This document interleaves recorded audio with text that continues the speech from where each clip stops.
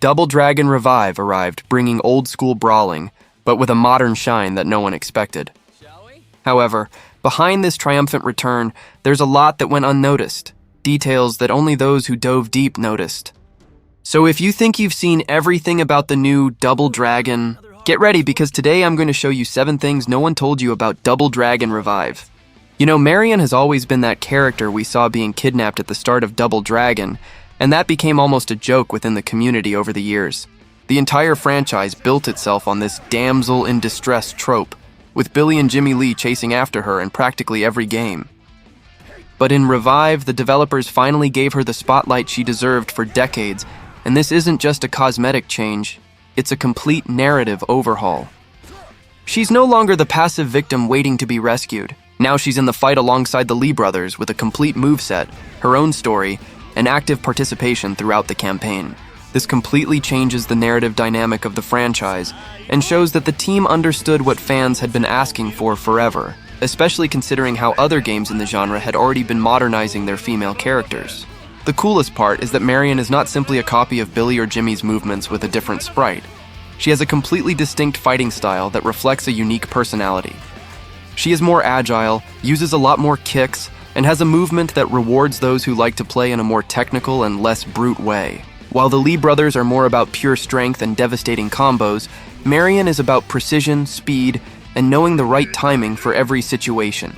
This adds an absurd layer of replay value to the game because you're not just switching characters for the sake of it. You really need to adapt your entire playstyle. For those who enjoy experimenting with different tactical approaches in beat-em-ups, having this variety is essential, and Revive delivers this in a way that few games in the genre can. Additionally, the decision to make Marian permanently playable from the start of the campaign, and not as an unlockable or DLC, shows respect for the character and the players. She's not a bonus or a novelty. She's an integral part of the experience from the very first minute. This makes all the difference in how you perceive the game, because from the start you have 3 distinct playstyles to choose from, and the narrative adapts to give equal prominence to all 3. It's a design decision that shows maturity and understanding of what it means to truly revive a classic franchise for a modern audience that expects more than just nostalgia. What impresses me most about Revive is how the combat system was designed to avoid that autopilot button mashing feeling that many modern beat-em-ups end up falling into after a few hours. The developers created enemies with adaptive AI that react differently depending on your attack pattern, forcing you to constantly vary between punches, kicks, grabs, weapons, and special techniques. If you keep repeating the same combo that worked in the first levels, enemies start blocking more efficiently or counterattacking during your moments of vulnerability, which punishes you for being lazy or predictable. It's a subtle system that doesn't bore you with tedious tutorials. You simply realize in practice that you need to change strategy when your favorite combos stop working. This keeps the game interesting and challenging even after dozens of hours of playing, because you can never fully relax and expect the same tactic to work in all situations. Furthermore, there's the whole issue of the dynamic positioning of enemies and the spatial management of the battlefield. They don't stand still in line waiting for their turn to get beaten up like in classic 80s and 90s beat-em-ups. They actively move through the scenario, surround you, try to catch you by surprise from behind, and coordinate attacks to leave you in complicated situations. This forces the player to always be aware of the entire battlefield, using area movements, dodge rolls, and strategic positioning to avoid being surrounded. For those who grew up playing the original Double Dragon in the arcade, this may seem strange at first because it breaks that rigid structure of classic beat-em-ups, but it is precisely this intelligent modernization that makes Revive work in 2025 without seeming dated or repetitive. The game manages to balance nostalgia with innovation in a way that respects the legacy but doesn't get stuck to it, and that is something extremely difficult to achieve. Here's a curiosity that completely goes unnoticed by those unfamiliar with the history behind the franchises and the development of Japanese beat-em-ups in the 80s. Double Dragon and River City, known as Kunio-kun in Japan, were both created by the same company, the legendary Technos Japan. But Revive not only acknowledges this common heritage and historical connection, it hides small references, Easter eggs, and tributes that subtly and respectfully connect the two universes. There are hidden sprites that refer to the iconic River City characters, locations, and scenarios that make visual references to the Kunio series games, some enemies with designs inspired by that more caricatured and cartoonish style, and even specific movements that seem taken directly from that universe's more exaggerated combat system. These are details that do not affect the main gameplay, but enrich the experience for those who know this historical context, functioning as a love letter to veteran fans who have followed these franchises since the arcades. The most interesting thing is that this connection is not shoved in your face with forced crossovers or explicit marketing. The developers could easily have made River City characters appear as purchasable DLC, or created a complete crossover mode to capitalize on both brands, but chose the most respectful and elegant path, leaving these references as hidden gifts for veteran fans who know the history of Technos Japan and the legacy of these games. It's the kind of detail that shows true love and respect for the legacy of these classic franchises, transforming Revive into something much deeper than just a remake or reboot.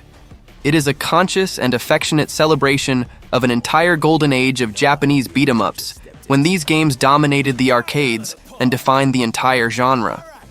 This subtle approach makes you realize that the team behind Revive really understands and values the story they are telling. One of the most interesting curiosities about Double Dragon Revive that goes unnoticed by most players is how much the game draws directly from the original sources of inspiration of the 80s franchise, mainly Hokuto no Ken, also known as Fist of the North Star, and the post-apocalyptic aesthetic of Mad Max.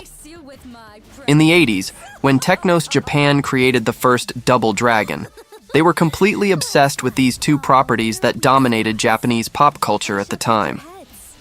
The aesthetic of street gangs, the destroyed urban scenarios, the ripped clothes of the characters, the exaggerated hairstyles, all of this came directly from this cultural influence. Revive not only recognizes these roots, but embraces them even more explicitly than the original games could due to the technical limitations of the arcades. The developers studied these inspirations in depth and brought visual and narrative elements that make direct callbacks to those familiar with these works, creating an experience that feels authentic to the 80s, but with the visual fidelity that only modern technology allows. What I find fascinating is how this inspiration goes beyond the superficial and really molds the entire game's visual and tonal identity. The bosses have that intimidating presence and exaggerated designs typical of Fist of the North Star villains, with scars, tattoos, and an aura of real danger. The scenarios have that sense of urban desolation from Mad Max, with destroyed cars, abandoned buildings, and a constant feeling that civilization is on the verge of collapse. Even the combat system, with its devastating blows and impactful animations, refers to Kenshiro's explosive attacks. For younger players who didn't grow up with these references, this might pass as just a cool 80s aesthetic, but for those who know the cultural context, each detail carries an enormous nostalgic weight.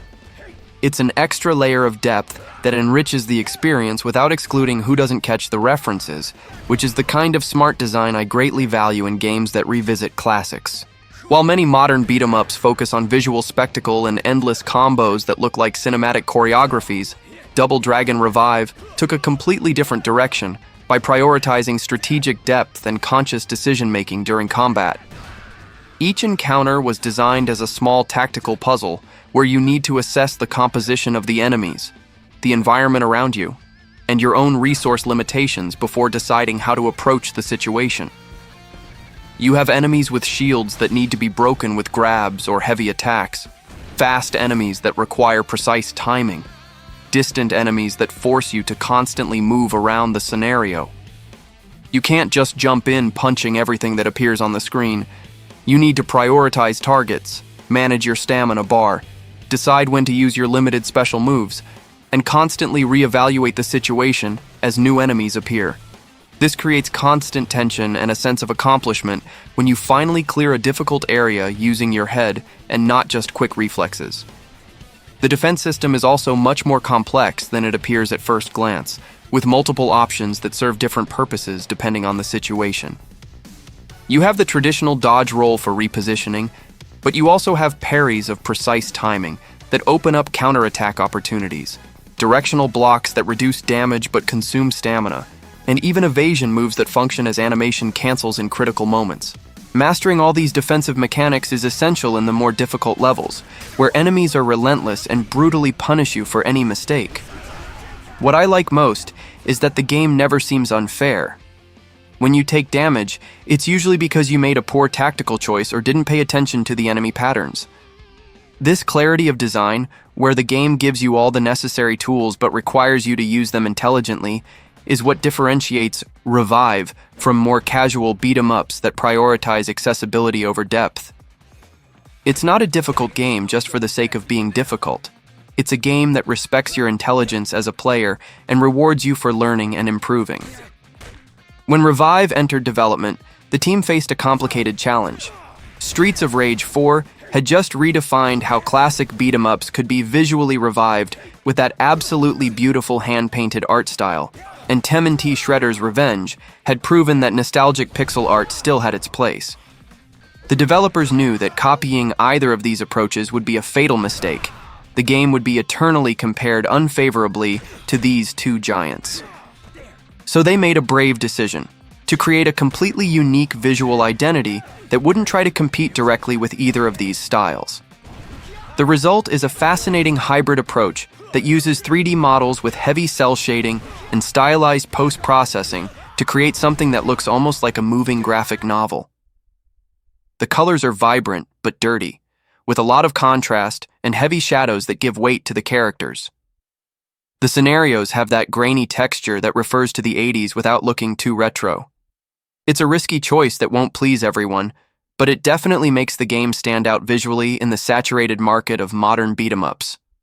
The most impressive thing is how this artistic direction serves the gameplay and is not just cosmetic. The vibrant colors of the playable characters contrast sharply with the darker tones of the enemies, facilitating the reading of the battlefield even when the screen is full of action. The impact effects are exaggerated and cartoonized on purpose, giving satisfying visual feedback that makes each hit feel impactful. The animations have that weight and fluidity that only well-worked 3D models can achieve, with smooth transitions between states that make the combat much more responsive than if it were traditional pixel art. Of course, some people would prefer classic pixel art like TMNT or painted art like Streets of Rage 4, and I perfectly understand that position. They are proven and beautiful styles. But personally, I greatly respect when a team has the courage to follow their own vision even knowing that it will divide opinions, especially in a genre where the temptation to play it safe and copy what has already worked is enormous. Revive may not be the most visually beautiful beat-em-up, but it is certainly one of the most distinctive, and that has its own value. Here's the most controversial curiosity that many people don't know. Members of the original Technos Japan team who worked on the classic Double Dragon publicly spoke out against Revive, saying that the game betrays the spirit of the franchise and should not use the Double Dragon name. This created an extremely uncomfortable situation where you have veteran fans divided between respecting the opinion of the original creators or embracing this new project that tries to modernize the series.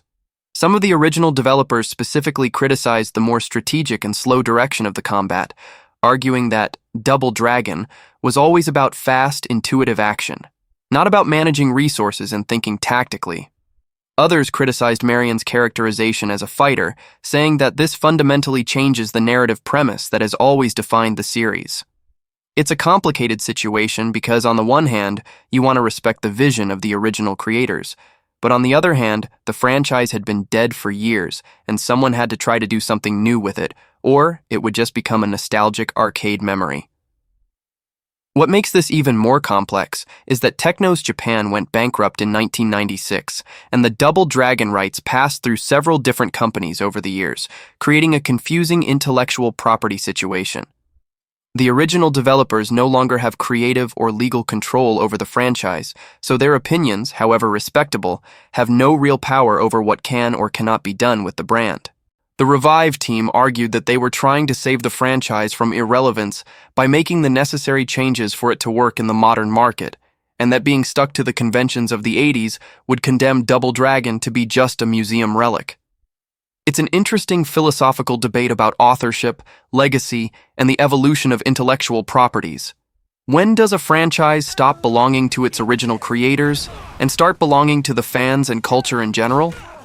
Personally, I tend to sympathize more with the position that franchises need to evolve or die, and that blind reverence for the past usually leads to stagnation. I prefer a Double Dragon that tries new things and risks failure than no new Double Dragon at all. But I totally understand those who disagree and think that certain things are too sacred to mess with. There is no right answer in this discussion, and I think this controversy only shows how much these classic franchises still matter emotionally to people, even decades later.